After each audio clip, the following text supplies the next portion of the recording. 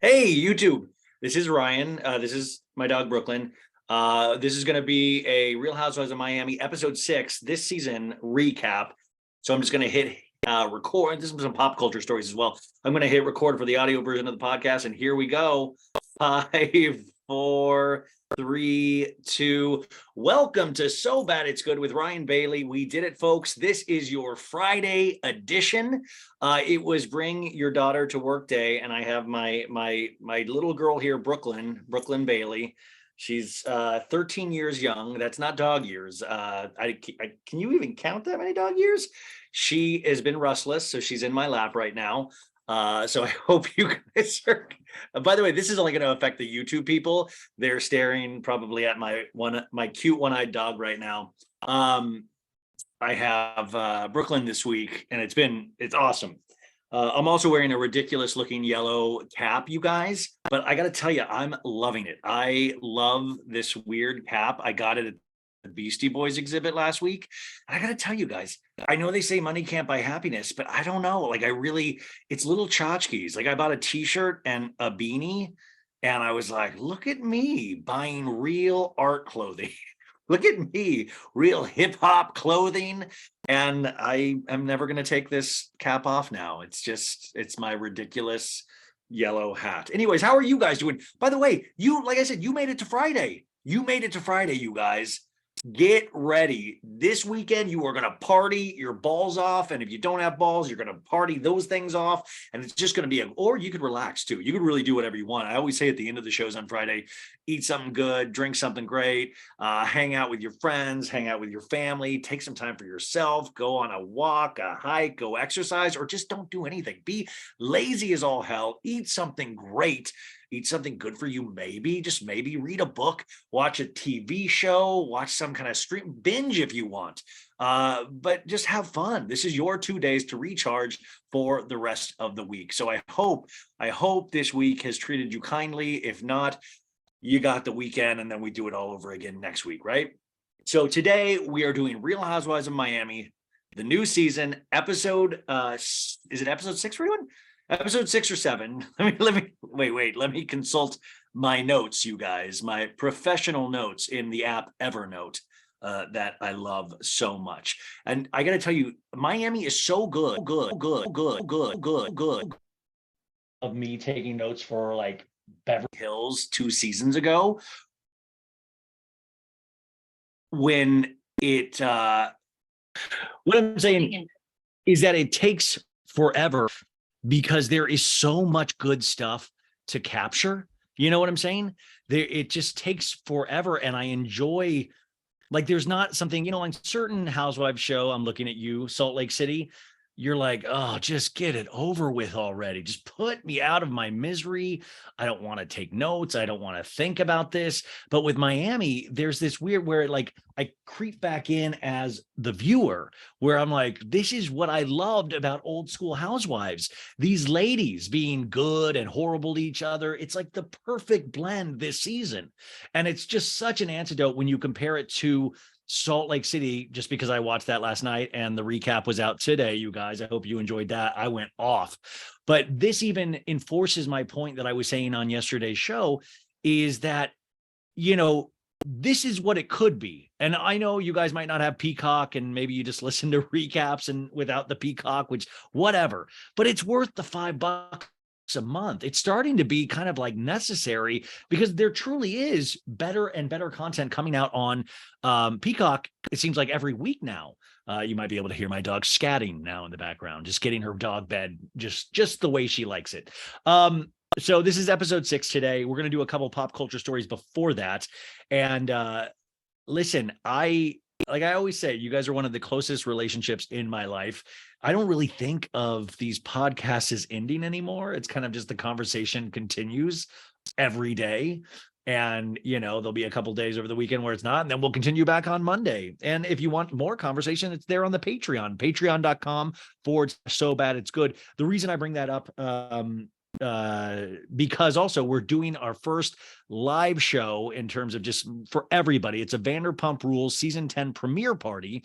And it's going to be 2 weeks from today. Today's Thursday, so it's going to be Thursday, February 9th. And it's at 6 p.m. Pacific Standard Time, 9 p.m. Eastern Standard Time, but you can watch it for 2 weeks. So join us live if you can, but if not, you have 2 weeks to watch it. And tomorrow at 12 p.m. Eastern Standard Time, or sorry, midnight Eastern Standard Time, that's 9 p.m. Pacific Standard Time on Friday night, early bird ticket pricing will be done. And early bird ticket pricing, you guys, is insanely inexpensive. It's $7.50. And if you are a Patreon member, it is $3.75. That's really, really inexpensive to see me and whatever insanity I bring, to see Tom Sandoval, Ariana Maddox, the Talk of Shame, Maritza, Sandra, the Baddie crew. There's an after party. There's a pre-party. There's just going to be party. And we're going to talk about the episode that we will have watched on Wednesday night. There will be some fun surprises, and I'm really looking forward to it. And I hope you can come out and support. And like I said, join the Patreon if you want it even cheaper. I think the Patreon's $5 a month. So you would get all this added bonus for that as well. And I think the price only goes up to $10 after that. So, and then the day of show, I think it goes up to $12. So regardless, it's going to stay inexpensive. And I put that because I just really want people to be there. And I know this is kind of short notice. 2 weeks is not that long to promote a show like this. So come on out. It's going to be fun. It's going to be crazy. So that's the plug. Also, last plug, if you like this show, 5 stars on Apple Podcasts and Spotify. It really does help. It's a quick hit of your thumb, or if you don't have thumbs, you can use your index, you can use your middle finger, any finger will do, but just smash that 5-star button. You can also find us on YouTube and subscribe to that. Oh, it's a lot, you guys. I ask a lot of you. I already asked how you guys are doing, but if not, how are you? Okay, good. Okay, well, regardless, we made it through. Some updates personally. My mom got through round 2 of chemo today. Really good reporting. Not in terms of if it's but she's texting, we're talking, and I listen, because I know I would be the world's biggest pussy if I got chemo. Like, I would be like, just moaning and things like that. And this woman, like, I almost think it's like she heard it was tough, so it gave her even more willpower to like go, this ain't nothing. I truly think she might be indestructible, which is what we're hoping for, right? And we're hoping for that for all our family. I'm hoping that for Maritza's mom, who's also going through some stuff. Send some good vibes out for that. And also, I'm sending out good vibes for your families. I know this is not a singular experience, what I'm going through, or what, we all go through this together. I just happen to have a podcast and I don't have a journal. So sometimes I put it in podcasting form. Oh, my journal, you guys, it's not really a journal. It's like this thing I fill out in the morning. It's called the 5-minute journal, where you'll put like 3 things that you woke up grateful about, and then you put 3 things that you want to accomplish today, and then and this is always hard for me, you have to write daily affirmations. And like, I'm so not inventive with daily affirmations. I'm like, I am strong. And it's like, I've been doing this daily journal off and on for like 2 years, or maybe longer than that. And you just feel dumb sometimes because you're trying to find a new way to affirm something, like, I am powerful. I can do anything I set my mind to. And then at the end of the day, you fill it out and say, what did you accomplish today? And, the other thing is like, what could have made today better? And it's always the same things, you guys. It's when I don't work out, it's always like, I should have worked out or ate right. That's always the thing. So there's just, whenever I go off this mortal coil, somebody's going to look at these journals and be like, whoa, that guy really wished he exercised a lot. And it seems like he did exercise a lot. Anywho, which, by the way, I've talked about this before too, but don't worry, there's timestamps if you want to get right to Miami, you guys. It's Friday, we're chilling out. Is there like a kill switch for our social media presence? Like, if I go, like, I want everything deleted. I want it all gone. You know what I'm saying? Like, is my mom or is like my family going to poke around on my computer and see all the weird memes I have? Like, I would love to say that I have like tons of porn and things that I should be really concerned about, but I don't. And I don't mean porn's bad. I don't mean that, guys. I'm not saying that, but it's not like something like there's some kind of weird fetish I have that will, wow, this is really going off the rails. Happy Friday, you guys. No, what I'm saying is that I have so much bad jokes. I have poetry. I have all of this crap in my computer. I want that gone. I don't want people sifting through this going like, what? And there's just like, there's certain text exchanges that are so dumb. Like I'm remembering a lot. I mean, I said so many bad jokes about Michael Jackson back in the day. And I know those are just texts back and forth with people, and somebody's going to stumble upon that. And it's like Shakespeare didn't have to deal with this shit. You know what I'm saying? Like he wrote the plays and that's it. I think he had some letters out there potentially, but he wasn't like he had a text stream where he was making fun of like, Hermione, or not the Harry Potter Hermione, just the one that lived in the town near with Shakespeare. Like he didn't have all these texts to be like, wow, Shakespeare kind of seems like a doofus, like there's got to be some kind of service that you pay where you're like, you go in and you just delete maybe don't delete the things that make me look cool, like this podcast, but everything else, just go. Or we should have it where like you throw all my devices in the casket with me, unless I get, okay, this is too morbid even for me. So, okay, let's get on to some pop culture stories since this is potentially going nowhere. So we're going to do a thing called the Daily Mail today, and it's just the Daily Mail headlines that I'm reading right now, and I'm just going to give you my flash judgment on it. Really no brainer here. And we're going to see how ridiculous the Daily Mail can be, which we all know it can. And then we might hit on a story that's good and something worthy of talking about, because I do want to talk about one, and that is Britney Spears. But let's see the top story on US Showbiz on the Daily Mail app right now. It says, Giselle, the sexy supermodel, is back. Tom Brady's ex puts on sizzling display in a very revealing swimsuit after halting fashion career for her family amid rumors she's dating jiu-jitsu hunk. Could you imagine you went to school for writing and then you're writing like this 30-line headline? And the photos, you guys, I don't know if you can see, like the photos has her little patoot, like her butt, and she's in like this purple outfit, which I know is supposed to be sexy, but it just kind of reminds me of one of the California Raisins, who I love, by the way. And then there's one photo, you can see her full boob out, and then they X'd out the nipple. It's like, what is going on? So, guys, I hate to break it to you, I don't care about Tom Brady and Giselle Bündchen. I hope they're both live happy lives. I do want to see that 80 for Brady movie with Sally Field and Jane Fonda and Lily Tomlin. That looks really fun and funny, but I don't like sports in general. And, so whatever. Okay, moving on. Miranda Lambert, 39, and hunky, shirtless husband Brandon McLaughlin, 30, celebrate 4 years of marriage while on tropical vacation. The Daily Mail is horny today, you guys. Hunky, shirtless husband. It's got to be all females, or gay men writing this, because it is horny as hell for just nudity in today's Daily Mail. Miranda, congrats on the 4-year. I have no opinion. Brad Pitt rocks a bright orange jacket and green beanie as he's joined by pal George Clooney on New York set of their new Apple thriller Wolves. And sure enough, there's a picture of Brad and his little nice orange. I like this relationship between George and Brad. It started, of course, with the movie Ocean's 11.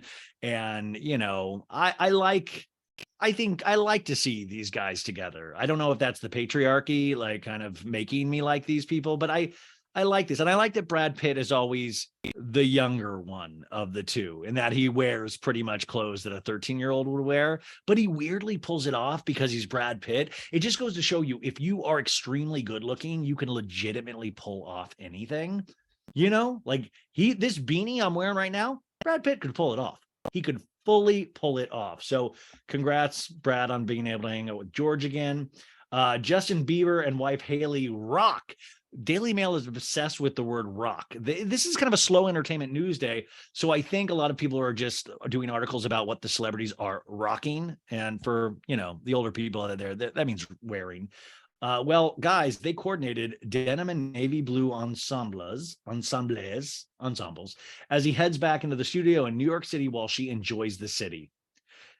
Okay, so also this is fascinating is that Justin Bieber did sell his catalog. We had talked about this a couple of weeks ago. The sale was official this week for $200 million. And I find that so interesting in so many ways. And it's, I believe he sold it to the company Hypnopop. I think I'm getting that wrong by a syllable or something.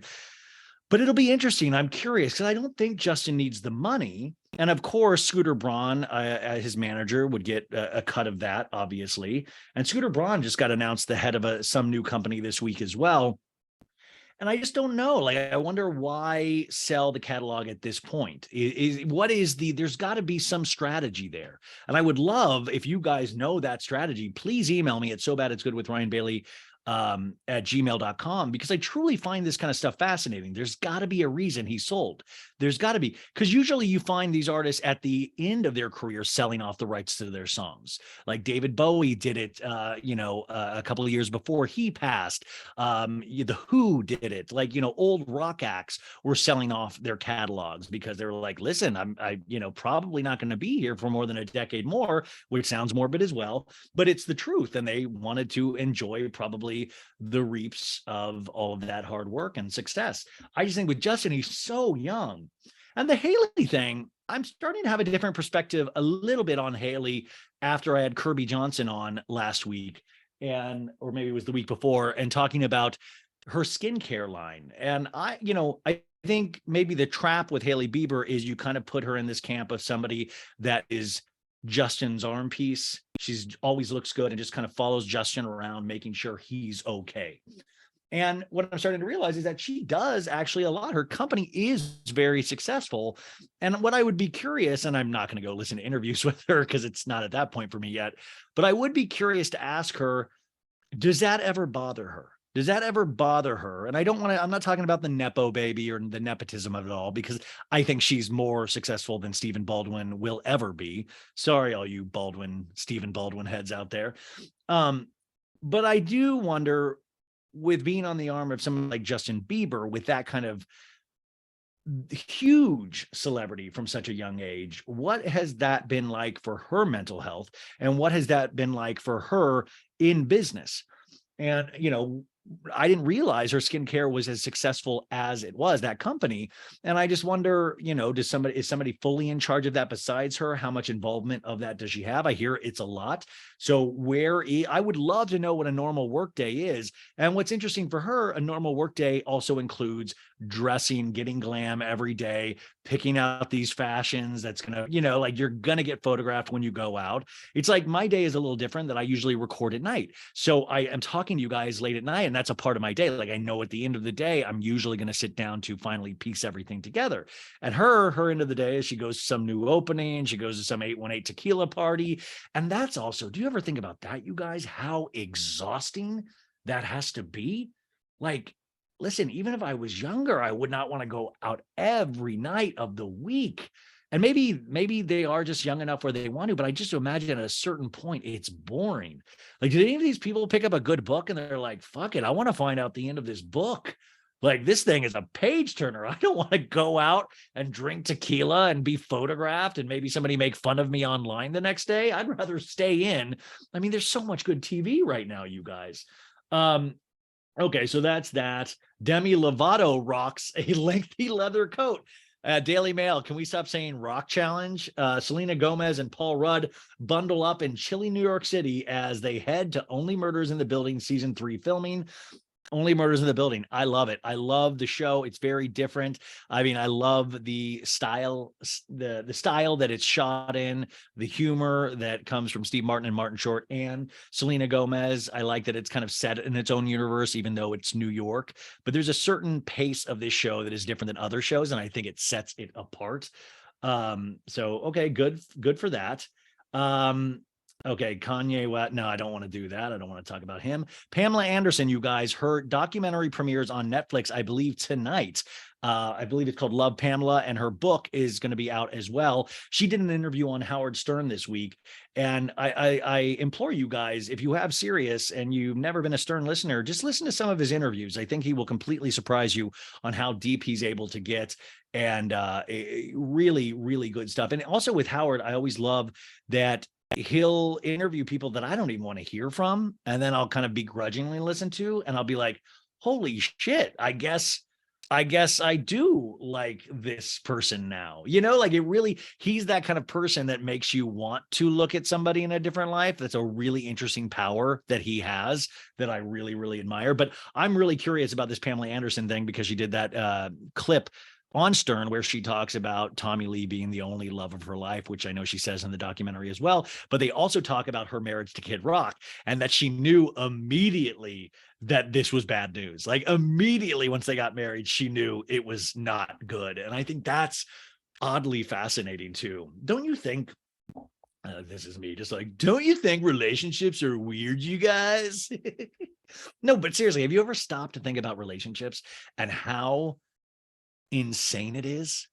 And I don't mean like I totally believe in relationships, but just that thing of walking through life with somebody. And a lot of us make so many mistakes about it, or we just don't match up at the right place, right time. In fact, in Miami, we got Lenny Fugly Slut Hochstein and Lisa obviously going their separate ways, and Lisa doesn't want to, and Lenny obviously is in love with a 25-year-old.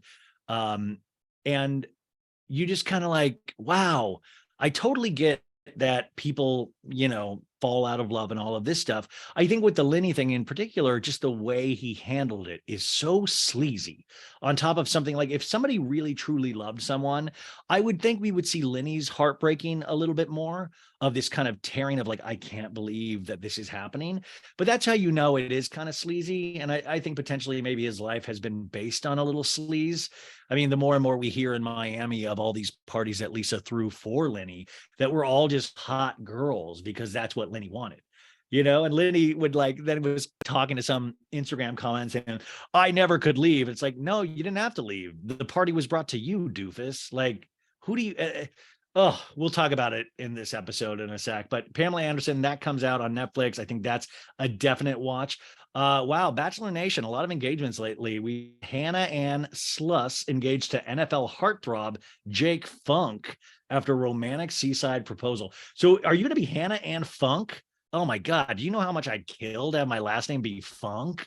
Ryan Funk? Bring into noise, bring into funk. Like, that's a great last name. I wonder if Hannah's excited about taking it. So she's 26, he's 25, Robin the Cradle, Hannah Ann. And they went public as a couple on the eve of last year's Super Bowl, where Jake's then team, the Los Angeles Rams, triumphed over the Cincinnati Bengals. Sorry, Sophie, I know the Bengals are your team. Nearly a year later, Hannah Ann fired up her TikTok this Wednesday to show her fans the jaw-dropping diamond ring Jake gave her at his seaside proposal. Was it the most dramatic proposal of all time? Yeah, it looks like a big ring. I'm seeing I love the verbiage fired up her TikTok. You got to fire up that TikTok and just post the shit out of that ring. Okay, so good. I hope you guys have a life of happiness. This is interesting. Heather Ray El Musa, Heather from Selling Sunset, and she is with Tarek El Musa. I don't know if I'm saying the last name correctly. He, of course, from the HGTV fame, very famous, and he split from his wife, who looks exactly like an older version of Heather from Selling Sunset. Well, she's about to give birth any day, but they announced today, you guys, this is very interesting, that they have a new show coming out called Flipping El Musas.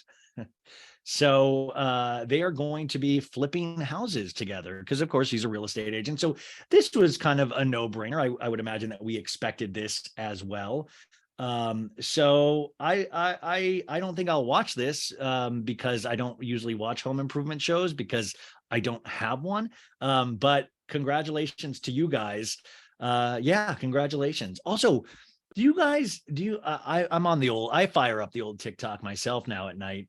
Sometimes in place of TV because it's on my phone and I don't, if I leave the TV on, like sometimes that's annoying. So now I'll be like, maybe I don't watch TV when I go to sleep. I'll watch TikTok and then I just naturally drift off and the phone just drops from my hand.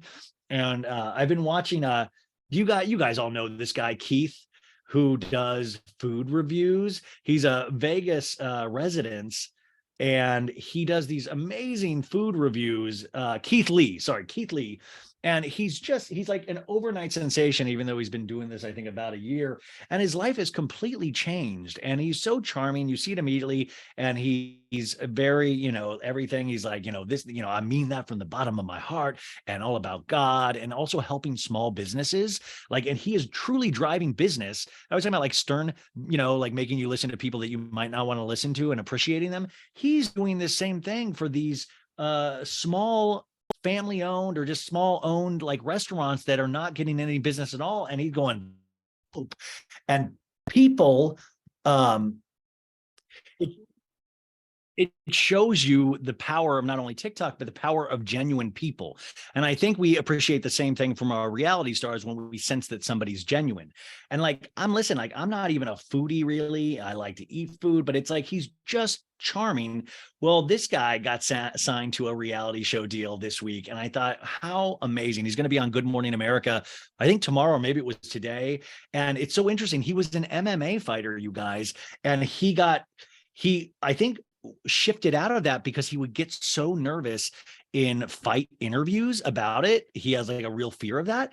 And then he started doing this and he found a way to be able to talk to people, to be able to communicate with people and to really express this thing. And I think there was so much love for him that you see his confidence growing and growing through the course of all of his videos, but just the amount that he's helped. I mean, like he was taking businesses that were about to close and not doing this out of charity. He really thought the food was amazing. And all these people are lining up out of all the places that he reviews. It gives good reviews. And that's so exciting. And there's power behind that. But congratulations to him because it looks like he's going to have a reality show now, I think, taking the format he does already with TikTok. And if you guys are on TikTok and you know what I'm talking about, I know there was a girl this week that said she was a producer that kind of alleged that he stole her idea. And it was like so great because the internet was like collectively shut her down and was like, you don't know what you're talking about. And she didn't, like she truly didn't. I'm not going to get into that right now. But you guys know if you watch that stuff. And then finally, let's just get into the last story, Britney Spears here. This is a hard one, right? I want to try to think of both sides here because her fandom is so intense and they have done these amazing things like helping free Britney. And I keep meaning to have Jared Lipscomb back on the show to talk about this because he is a huge part of the Free Britney movement, but he's not also insane about it, and I would love to get his opinion on it. But we had obviously that video a couple of weeks ago where Britney was out and everybody was filming her and it looked like she was babbling nonsense, right? I once again, though, ask how scary that must be to be in a restaurant and to say, let's go out on a Friday night. And then all of a sudden everybody turns their phones on you and you can say, oh, she's used to it. But remember the place that she comes from is all about kind of freedom and all about being under somebody's thumb and being watched over intensely like they were an animal at the zoo. And so a lot of people are worried about Britney and her posting and all of this stuff. I once again, though, say, yeah, I agree with you. I still look at some of those Britney videos and yeah, I'm like, oh, I don't know if I love this, but guess what? I watch some of my videos and I'm like, I don't know if I love this, and I've watched some of your guys' videos and I'm like, I don't know if I love this. Or, like there's that friend where you'd be like, get online right now. Our friend is going wild on Instagram. I can't believe what she's posting, And so listen, Britney is a great pop star that means so much to us. But it doesn't mean she's good at social media. It doesn't mean that. But also, I guess what freedom does mean is that you can be however you want to be. Now, people are going to judge that, obviously. That's not going to stop ever. We're just going to do that, right? And at that part, I think she realizes a little bit. But what goes too far is that these fans all called for a welfare check on Britney Spears. And so cops were sent to her house the other night.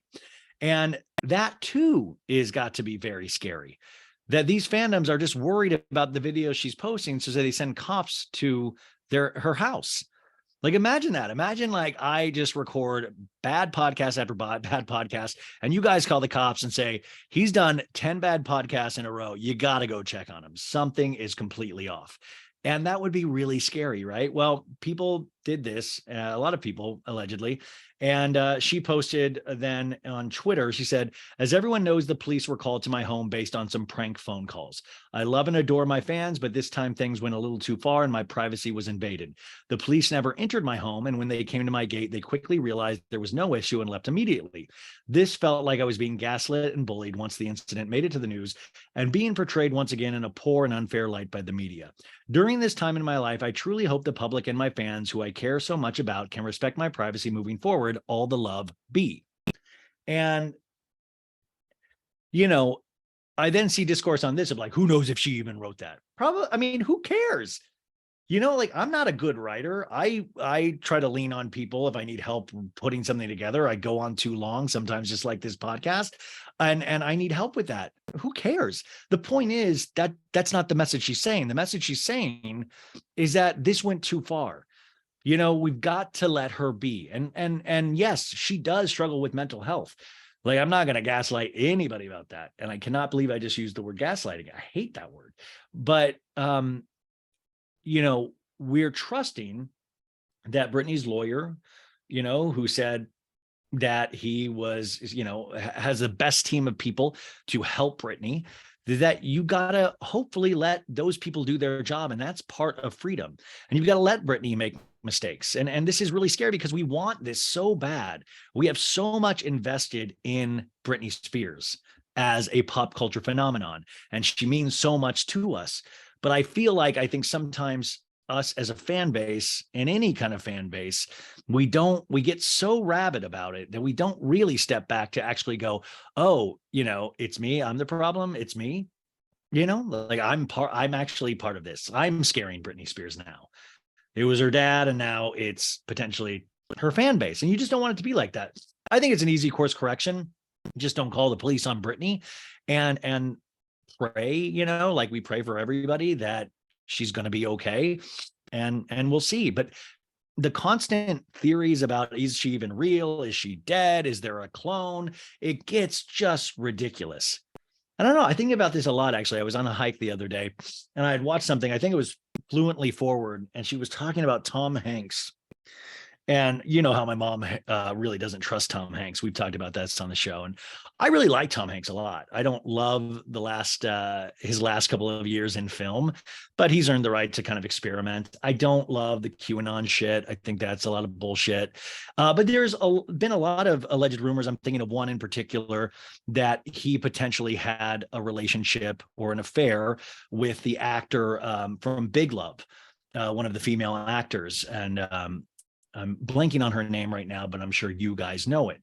And so there was always this rumor. I don't know if that's true or not. It seems like there's photos of them being very flirty on like the red carpet at Big, but it seems like there was a lot of buzz about this. And this was, like I said, a long time ago, like probably 10, 12 years ago, when Big Love was on that HBO show. And I was saying, you know,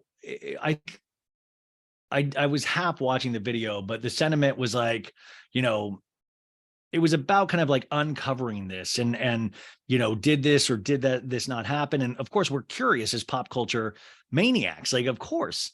But I thought also is that, like, there's a difference, I would say, between,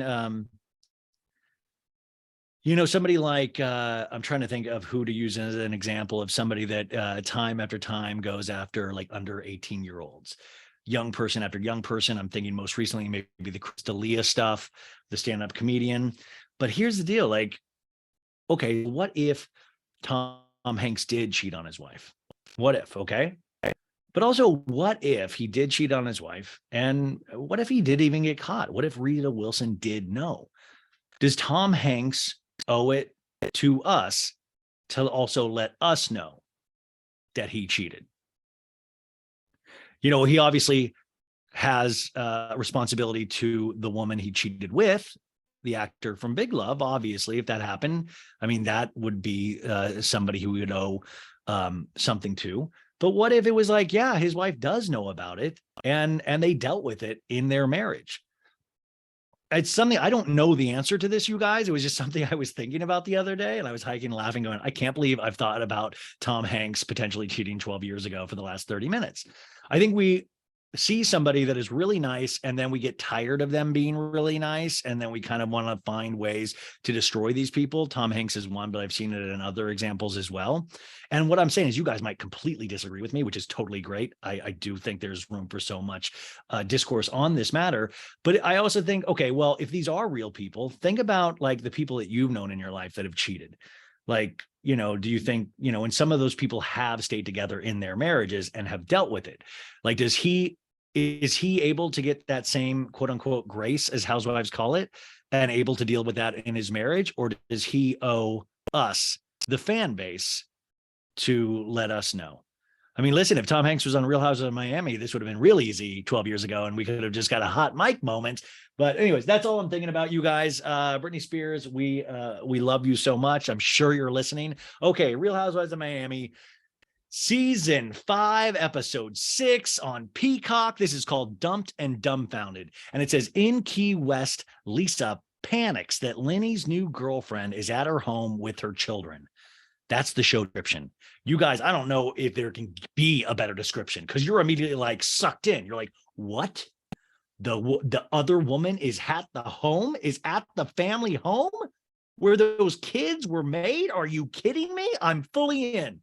Now we open with a shot of a duck. And remember from last week, you guys, I've been recapping this one at a time, usually each week on Fridays. I think there was a couple over the holidays. So you can go back and listen from the beginning, or you can just search Real Housewives of Miami in the So Bad It's Good on the apps. You can search and find all these episodes if you want to listen to all of them.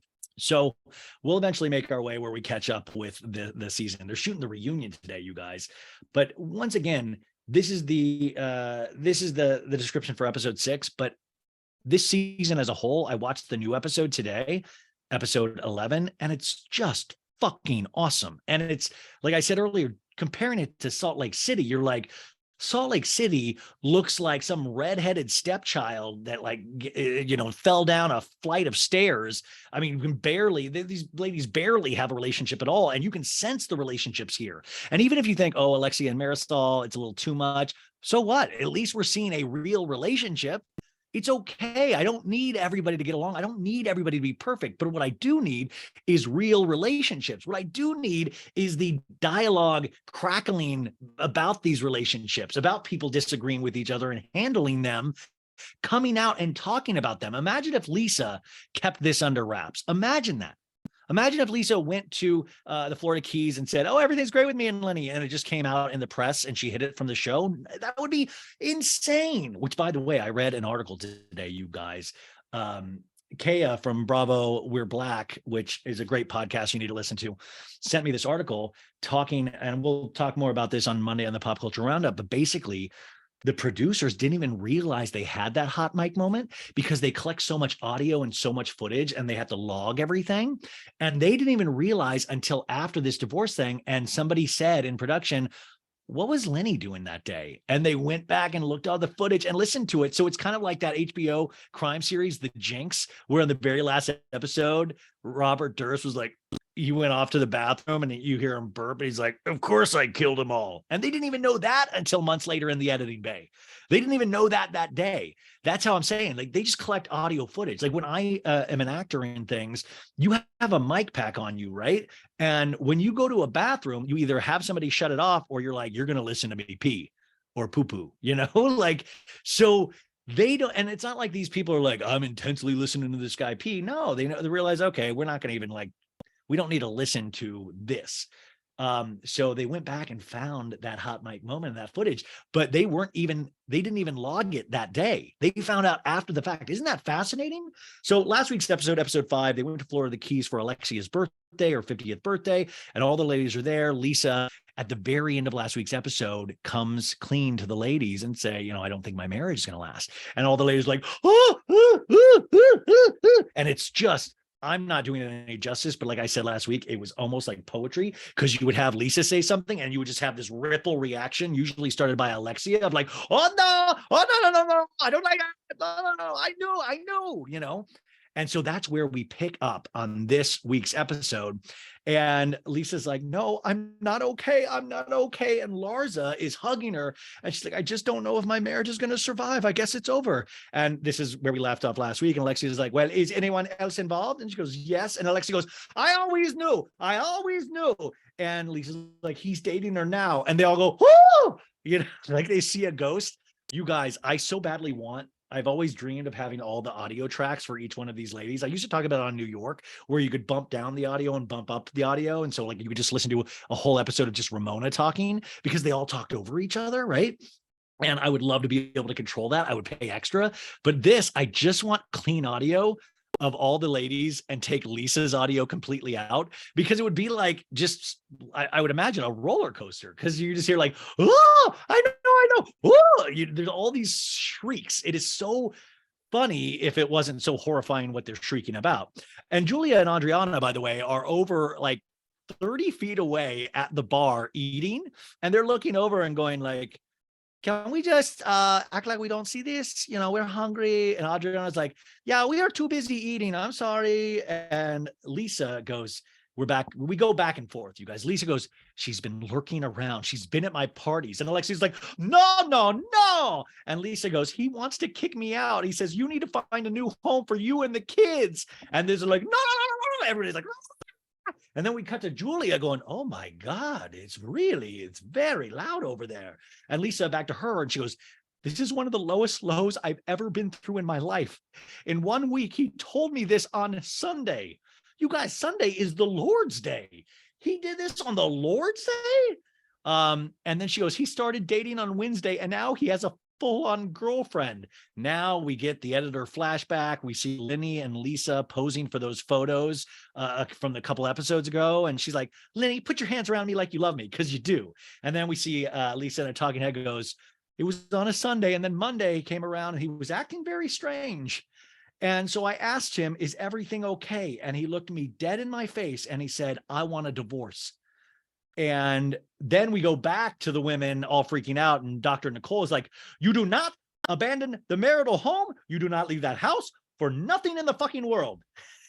I love Nicole. Nicole has shot up this season for me. Nicole in a talking head goes, I'm not a lawyer by proxy. I know nothing about the law, but I can like talk about my personal experiences. But once she leaves, she may not be able to come back. And with the two little kids, the stable environment, you need that as much as possible amongst all the chaos. And Lisa goes, he's been lusting for this girl for I mean, she has been around. And Alexia goes, she was in your circle? Don't tell me she was in your fucking party, girl. And Lisa goes, yeah.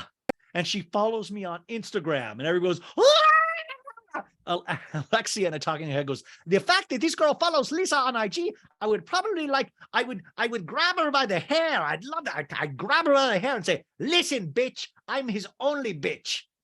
Which, Alexia, that really doesn't super work anyway. It's like, he can keep cheating, but I'm the main bitch. I am the main bitch. Daddy's a second bitch, but I am main. Alexia, you can tell Alexia and Marisol were in Miami like during a different period of time, I think. And sometimes you feel like they're completely stuck in that period of time in Miami. And maybe Miami and like social morals and all that stuff have kind of gone past them a little bit. Dr. Nicole on a talking head goes, there's a special place in hell for this woman. And Alexia says, can we talk about all the fucking women with these followers on Instagram? They're lusting after our husbands and our lives. And Marisol goes, oh, she's a super fan.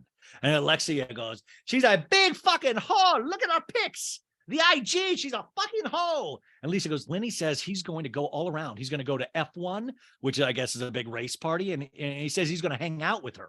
And they all go, what? And Alexia says, I fucking better not see him at F1. We cut to Julia and Adriana enjoying their, bar snacks. And they're just going, oh, this looks good. It's very tasty. It's very nice. And Adriana's like, oh, it's yummy. Well, I needed this before I started drinking. And then we go back to Lisa and she goes, I called her. I fucking called her. And Alexia goes, you've already? And Marisol, open mouth. Marisol's reactions in this are amazing. And I said, this is Lisa, Lenny's wife. Why are you dating my husband? And then she said, oh, who told you that? And I said, he did. And then she said, well, you go talk to your husband. And Larsa in a talking head goes, I'm in complete shock. Like, I can't even imagine. I never thought Lisa would be saying this stuff. She would weather any storm with Lenny. Their relationship would never be over. Larsa, just the soft spoken killer voice. Nicole says, well, we've got to call the best attorneys in Miami. Let's put everybody on retainer right now. We got to get line off. She's like listing lawyer names. I guess they're big lawyers. We got to get everybody. And Gertie goes, are you willing to suck it up and get out of it? By the way, all these ladies now, I think I'm making them sound very similar, but they have really these kind of unique, I'm going to get it by the end of the season. And Lisa goes, I just want him to love me, you know? And she's crying and there's silence from the ladies. A pause. Lisa in a talking head goes, I feel blindsided. I feel hurt. I feel that the person I've been with for 15 years doesn't care about me at all. I really didn't ever think someone I consider family and the father of my children would just turn around and throw me away in the blink of an eye, all while telling me he's going to start dating and find a home. You need to find a home so you and the kids can go. And if you don't, you're going to get a first front row seat to me dating. And that's what he said to me. And I never imagined he would say all those words to me ever. Think about what she said there. Like, she really didn't ever imagine that. And I know Lisa, I don't think, has a good relationship with her family. So Lenny really did become her family. Marina, Lenny's mom, became her kind of mom, you know? All the girls are like, he's lost his mind. And Lisa goes, I just don't want my kids to suffer. And Marisol's like, they won't. And she's kind of teetering because I think she's been drinking. And Lisa goes, he said, I'll see the kids every weekend. What do you mean I'll see them every weekend? You're going to take my kids away from me every weekend?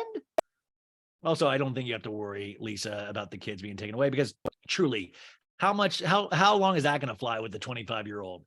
Lenny works during the week, so he'll be able to go out at night. And then on the weekends, he's going to have the kids, and he's not going to want to go out with the 25-year-old to the hot Miami clubs to keep an eye on his 25-year-old piece of ass. Are you kidding me?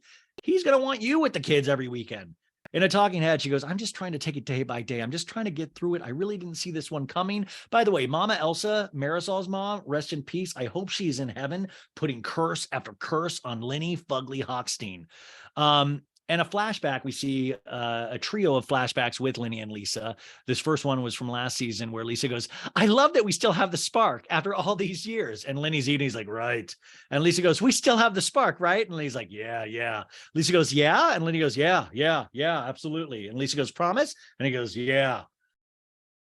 And then the next flashback, we have Kiki 1 month earlier saying like, Lisa explaining to Kiki, like, yeah, he's been working out. He's eating right. He's with a trainer. He's never eaten this good in his life. And I say, you better be doing this for me. Then another flashback where Alexia is like, is this Lisa party? Because there's never any guys there. There's usually just women.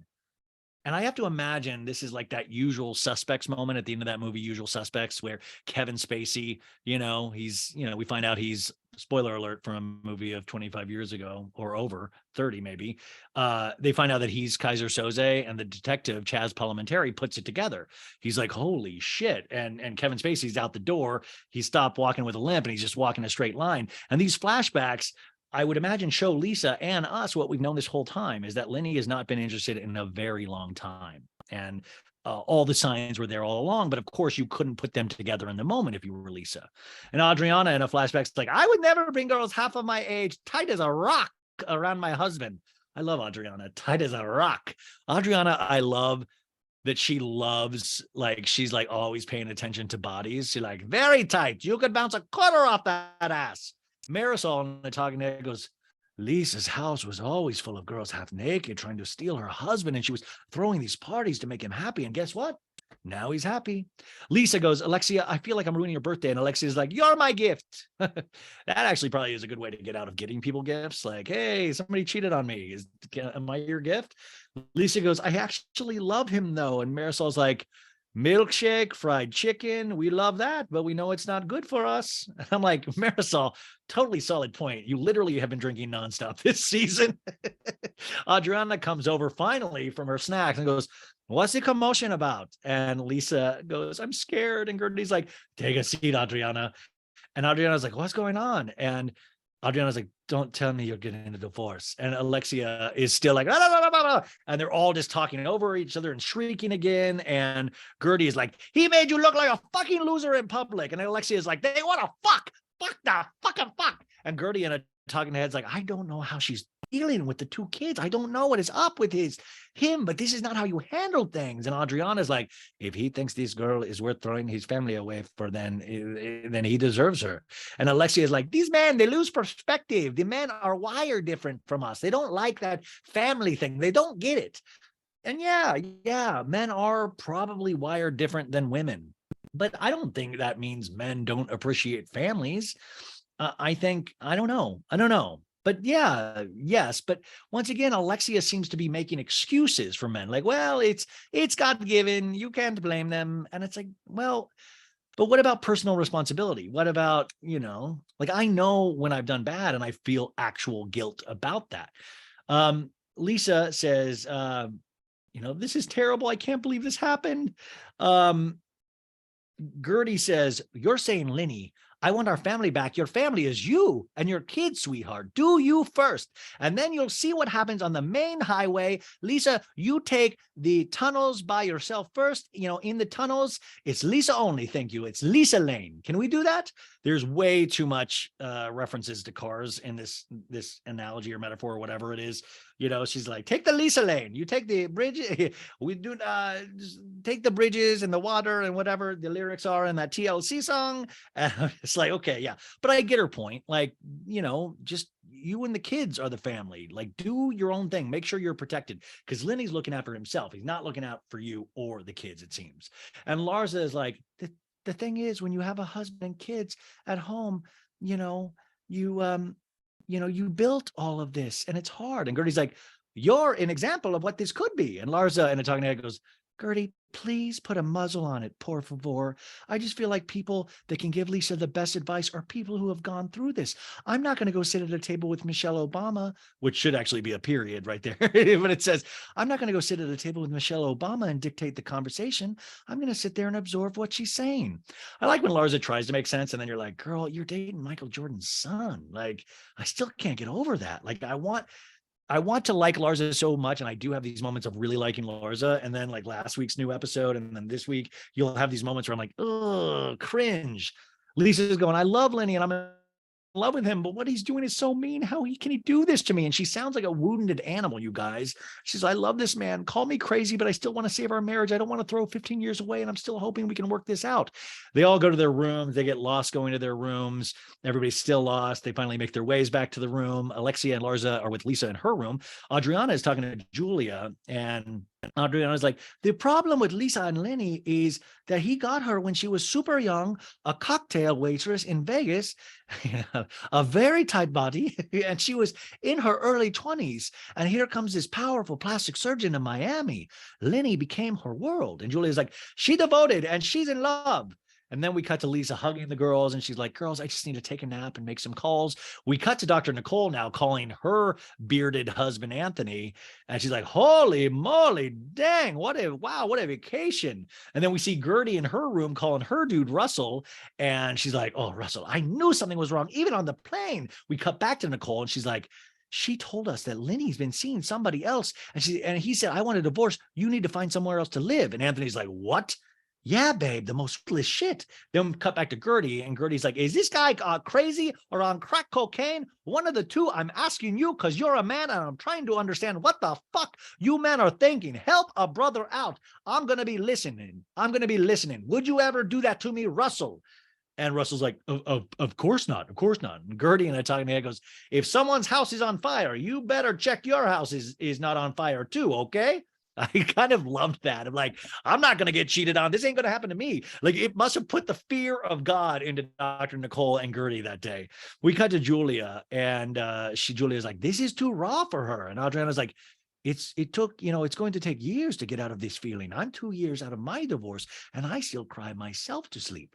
Anthony says, okay, we're cut back to Dr. Nicole, and Anthony says, okay, he's going to take the kids and go. What kind of asshole is that in regards to Lenny?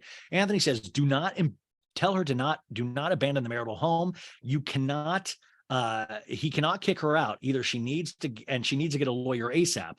And then Dr. Nicole is like, yes, honey, give Grayson antibiotics. They're in the fridge and she's like, thanks, babe. Love you so much. And then we cut to girls putting on makeup for the night. Julia is attaching her dog's Zorro's cone around his neck. Very exciting stuff. I love Julia's like, I'll be back. You stay here, Zorro, with your cone around your neck. You stay here. Dogs must, I think my dog's right, passed out right next. Dogs must wonder what the fuck we're doing. Like, literally, you put a cone on me and then you leave the room? Like, why? I'm on camera. I didn't sign a waiver for this. Alexia and Marisol are walking to the party. Marisol, of course, has a cocktail. I hate that fucking word cocky, she says. Actually,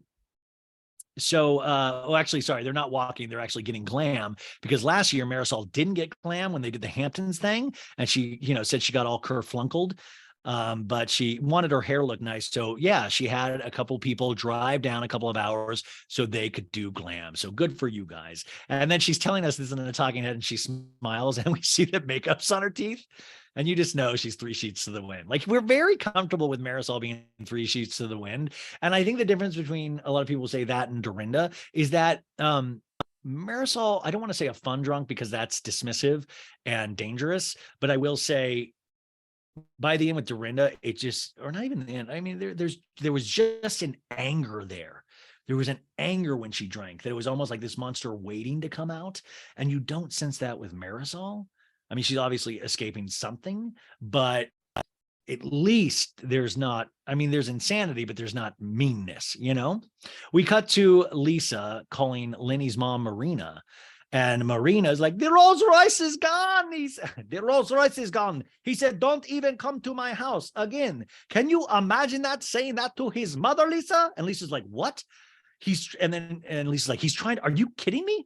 With the kids in my fucking house? In a talking head, Lisa goes, my mother-in-law said she would stay at my house and stay overnight to make sure everything was okay with the kids, and the kids were good. And then Marina calls me and that he's kicking them out and that the driver is gone. So I think there's a girl or somebody is coming over. And she goes, and then my mother-in-law says the driver pulled in and a girl was in back of the car. So of course I'm freaking out. And then we see Lisa goes, okay, that's it. I'm calling the lawyer. That's it. And she goes, I'm feeling I'm being cheated on. There's a woman being snuck into my house amongst my kids and my belongings just to be in a room with my husband doing God knows what, God knows where. And then Lisa calls Lenny and she's like, what? No. And it says on the phone with Lenny. And she goes into the bathroom. She's like, no, you're trying to bring that girl to my house with my kids in there to what? Really? Yeah, really? Because I'm going to have someone come see and make sure that bitch is not in my fucking house. Do you understand me? You do not bring that girl anywhere near my kids. There's going to be a huge fucking problem. And she hangs up and she pulls her hair back like in a bow and she exhales and then shuts the door on the camera. It is so powerful, you guys. I remember watching this preview of this scene at BravoCon and I literally nipples hard, chills, everything. I was like, oh. And that's the thing. You think some of these women, like you see them in full lioness mode where they're like, I think it is so, that moment, I was like, Lisa, when she is pushed to a certain limit, she will stand up for herself. And I think that was really, really awesome to see. I don't know if you guys felt that as well, but I thought it was just necessary almost for us, because if not, it's like we would just be even more crushed than we already are. But it's like, okay, maybe she can handle herself. So we're back at the hotel. Marisol says to Alexia, 55 has never looked so good. I guess she's turning 55, not 50. And Marisol goes, have a drink. I made a stiffy. And Alexia takes a drink of Marisol's drink. And Alexia's like, oh, she just dies. Ugh. And Marisol's like, I knew you were going to have that reaction.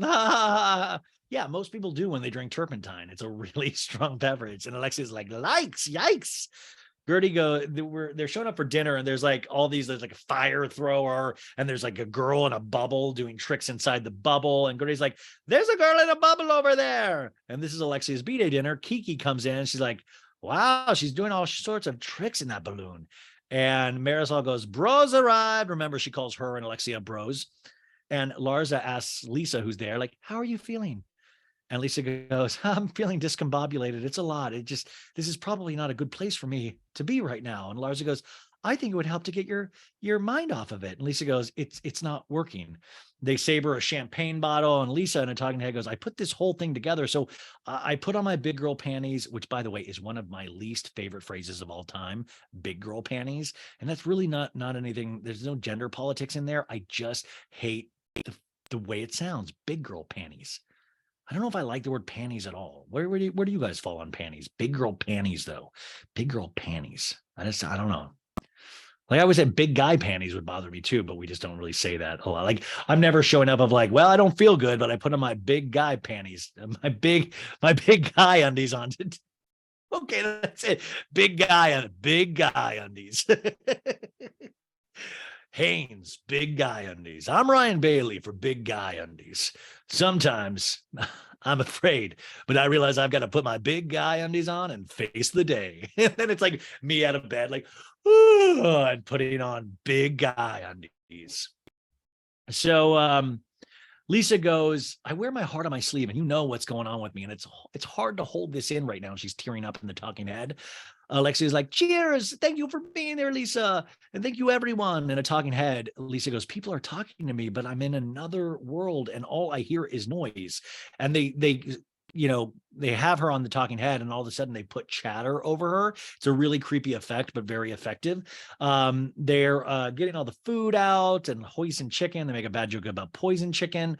And Larsa goes, oh, about my date the other night, I met this guy through some friends, and he seemed great on paper. He was tall. We go on a date, and he set it up so paparazzi was there waiting on the date. Lars immediately knows when it's paparazzi. I mean, but can you how does she know the guy did? But anyways, Lisa gets up and walks off, and she literally tells the camera, she's like, no, I don't want the camera on me right now. I need a second. And then I just kind of thought of a funny scene of just a housewife trying to hide from a camera and like a game of cat and mouse. But she's telling the camera, I need a second. And she walks off. We go back to the dinner, and Kiki goes, or something.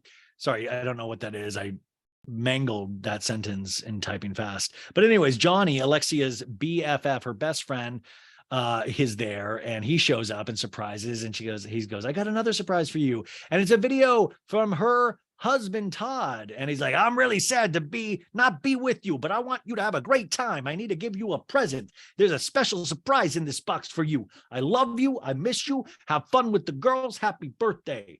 And she goes, I love you. And she kisses the phone, even though it's not live, it's a video. And she opens the box, you guys. It's a Bulgari snake gold watch worth $50,000. $50,000. What does Todd do? I've totally spaced on what Todd does, but like $50,000? Like, listen, I once bought a piece of jewelry at Zales, and I was like, who am I, Richie Rich? Adriana's like, oh, we can match, because she has one, but in silver.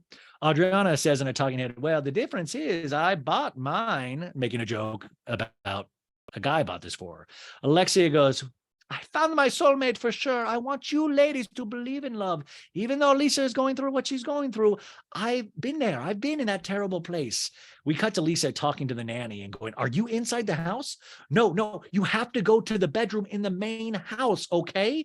In a talking head, she goes, I need her to watch over the children. And she says that they told her to go to the guest house.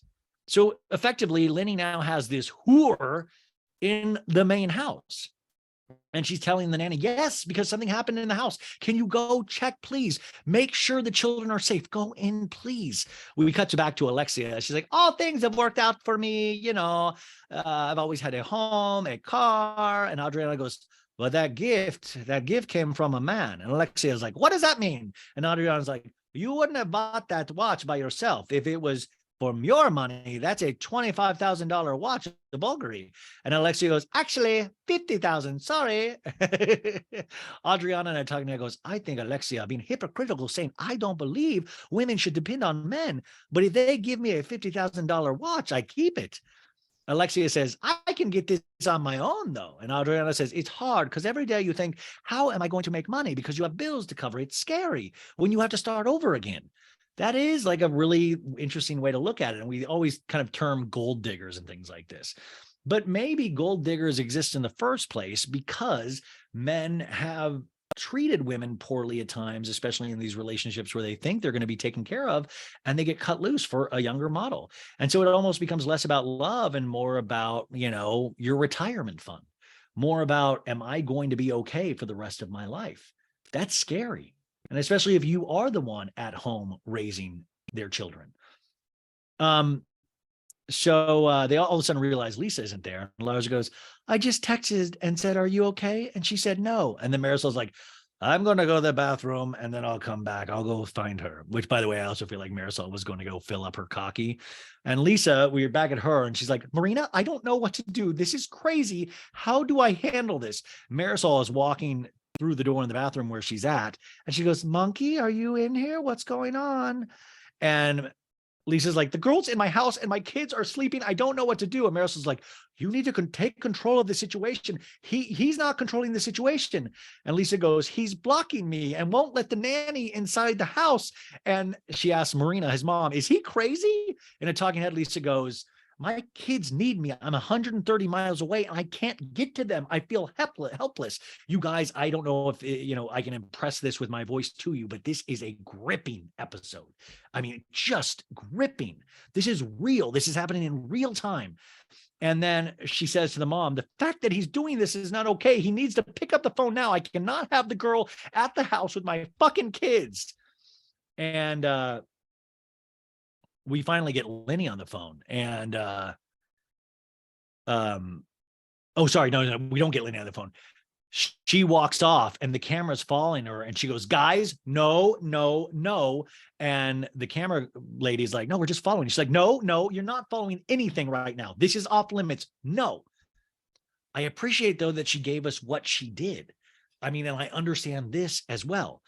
So Marisol's walking back to the ladies. She's like, guys, Lisa, really, it's getting bad. I mean, that's what, I'm sorry. And Lenny is Russian or half Russian. And I'm like pissed off at him today. I'm sorry. I apologize. I think we are all hookers. What a great way to come out of that. Brooklyn wants to come and say hi again. And Julia in a talking head is like, when I was 19, I was modeling in Paris. I heard this statement even back then, oh, la fille au tout rosé, and it said Russian prostitute. And they always would think I was a prostitute when I was 19. And that sucks, right? That sucks. And she's like, when I was 20, I wouldn't say anything, but now I have nothing to lose. And I think I would, I would do again ever in my life. I will never be silenced by intimidation now. And I love it. This is what we want. Strong women that stand up for themselves. And then they're joking about Marisol not eating even 2 bites of her meal. And she's like, oh, I'm full. They bring out this huge cake. You can tell Julia is stung by these comments. They're all of a sudden dancing. Julia's doing huge bubbles. Larsa's hitting a piñata and they're like, this is Lenny. And they're all hitting it. They're twirling. Very exciting. We cut to the next morning. Girls are getting glam for the day. Julia tells Adriana, I just put sugar into my eggs instead of my coffee, which, by the way, kind of sounds delicious. You know what I'm saying? And I was thinking, that's how sad I was. I was like thinking about when she said that. I was like, damn, that sounds good. Sugar in my eggs. I don't want to make a mess of my big guy undies. Kiki knocks on the wrong door. She's going over to see the girls. She's like, police. And then she goes, oops, which is funny. So it's 9:06 a.m. and Marisol announces, who wants a screwdriver to start the day? She's so proud of her alcoholism. Nicole says, I think we're going to a Cuban bar and learn how to make mojitos and roll cigars. She's telling Kiki, and Kiki's like, The last time I did that, I don't know you were supposed to swallow the smoke. And you know how I love to swallow, and I got sick for days. We cut to Lisa packing, walking out, and she goes to Marisol and Lars's room, and she goes, I'm sorry, but I'm going to be leaving. And Alexia's like, I'm sorry. And Larsa goes, I stayed with Lisa after the dinner, and I went back to her room, and we cried until 3:00 in the morning. And Lisa didn't really sleep. Lisa and I talking, goes, Larsa and I have been at each other for others' backs for weeks, but when the chips are down, she is proving to me what a friend she is, which is nice. Lisa tells them Lenny blocked me, so I can't even get a hold of my kids. In a talking head, Lisa goes, I decided it was best to go back. What if I walked into a situation with this girl? I would control myself because I don't want to go to jail, but it would be a pretty terrible situation to run into. Like, how do you deal with that situation? Isn't that wild? Isn't that wild, Brooklyn? The Brooklyn dog, that she has to deal with that situation? That just seems really just scary when you think your life is this way. And then you're like, do I have to go beat up a girl today who's with my kids? You know? She says to the girls, he's trying to push me to the edge and make me go nuts, but and they're like, but you're not going to give him that satisfaction. You need to take off that ring so he can say, you tell him, this is very sacred to me. Guess what? I'm not your wife anymore. Alexia goes, and Lisa goes, I can't wear this anymore. And Alexia is like, no, he doesn't deserve it. And Larsa goes, you'll get a bigger one. You'll get a bigger one from one of Michael Jordan's sons. Lisa goes, I have a long, scary road ahead of me, I really related to that line. I think we all can. Like when we know those moments in life where you're like, I've got a big hill ahead of me right now. And Marisol says, we've all been there. We can help you. And Lisa says, I've never dealt with this before. And, I thought I would be with this man for the rest of my life. And in talking to her, she goes, this is probably the hardest thing I've ever gone through in my life so far. She hugs the girls and says, it's like a death. We see her go into the car to go home. And she says, but the person is still there. It's not a death, but this person feels like a death, and they're still there doing these crazy things to you and hurting your heart. We cut to the rest of the girls going into town in the Sprinter van. Kiki is dripping sweat. I related to that as well. She goes, I have never been so hot, not even in Haiti. Wow. They're stopping for coffee and mixers. And Marisol's like, yeah, we need mixers. Definitely need mixers. Alexia says, I'm so affected by Lisa and the fact that she got up and she left. And the other girls didn't even know in the Sprinter van yet. And Larsa goes, Gertie, we know things you don't know. We've all been divorced, Gertie. And Gertie's like, so what does that mean? We don't have an opinion? We can't? In a talking head, Gertie's like, my perspective might be different, but it doesn't mean it's lesser. Then I can talk if I want to. Thank you very much. They stop at this hole in the wall coffee stand. And Julia is like, my friends are here, because she sees chickens walking around. I'm not joking. That's really what she said. Dr. Nicole asked Julia, are you okay? Are you okay? Alexia says, Julia, I'm sorry about yesterday. I love you. I don't know why I said that about the prostitutes. I hope you don't feel uncomfortable. And it's just Alexia and Julia outside the coffee shop, the rest of the girls in the Sprinter van. And Julia goes, I do feel uncomfortable. And Alexia is like, well, I'm so upset, Eleni. He's Russian. It has nothing to do with, they're like, well, Julia's like, it has nothing to do with his nationality. And Julia's like, girl, you took it so far yesterday. And Alexia's like, I know, I'm sorry. I mean that it's all I can say. I'm sorry. Julia goes, since I was 17 years old, people would think I'm a prostitute with Russian. It's a condescending to all women. Marisol's in the Sprinter van and she's like, they're talking about like, did she call them prostitutes? And everybody's like, yeah, she did. She called, prostitutes. And they're like, oh, and they're watching this conversation take place at the coffee stand. And Adriana says, Russians are known for being prostitutes. And Marisol's like, that's why Adriana is saying that's what Alexia said and is trying to convince Marisol. And Marisol's like, wow, I did not remember that. That's why I drink. I love to forget. Alexia is back out there and she says to Julia, I'm sorry, but Russians, they have that reputation. And Julia's like, what reputations? No, it's called assumption. And even if some of us are what's wrong for what they don't come by choice. And here you are with your champagne, having a good time with your watch, mocking Russian women making money with their body. You live off drug money. You've lived off drug money. And Alexia is like, no, I actually didn't. My ex-husband, the father of my kids, I never lived off drug money. I was a victim of love with someone who was a drug dealer and he lost it all. I had money from my father who passed away. I'm sorry. But just because your heart hurt because I made a comment you didn't like, And they're all watching this from the Sprinter van, and Marisol goes, wow, wow, wow. That's a lot of hand motions. And Alexia is like, don't use my life, my past to hurt me. You're not going to hurt me. I know what kind of women I am. And the girls in the Sprinter van are like, oh shit, the fingers, look at the fingers. And Marisol and Antonio goes, you don't want to fuck with bro Alexia, my best friend, but wow, tiger set loose, step back. And Julia goes, don't point your fingers at me, Alexia. And Alexia's like, but you're going to like this to me and you're trying to offend me. And Julia's like, I am not. And Alexia's like, you keep on going like this. And Julia's like, because you're sorry right now doesn't work for me. Alexia puts her purse and drink down. And the Sprinter van, they're like, oh shit, she put her drink and her purse down. Oh shit, drink is down. And Alexia's like, I own my things. And one thing I am not is a liar with or without alcohol. And Julia's like, that makes it much worse. And Alexia says, you're all liars, and I'm the only one telling the truth. I'm going to go enjoy my birthday. Julia and Antonio is like, girl, you don't get a pass because it's your birthday to make a statement like that. Really? Are you 10? I'm not gonna go. I feel like I'm really clicking into Julia's voice right now. They go back to the Sprinter van. Larsa goes, do you feel like you and Julia are better now? To Alexia. And Alexia's like, I'm really sorry for making that comment. But sometimes when you start talking and bring up the other things, you know, 1 second. Sorry. I'm trying to like control 3 things at once, you guys, like the Zoom and this, and something just fucked. We're so close. We're so close. Okay. So they're on the van and Marisol's sorry. Sorry. This is sorry, you guys. Sorry. So Alexia is prattling on in the van. Yes, the van. And she's like, there are documentaries about the Russian women who come to Miami to have babies with American men that they can't have, so they can have their privilege and have American children. And Marisol goes, no, sorry. Adriana goes, well, you have a doc on Netflix called Cocaine Cowboys. And Alexia goes, I know. And I'm very proud because you know what? That's all a different side from the father of my kids.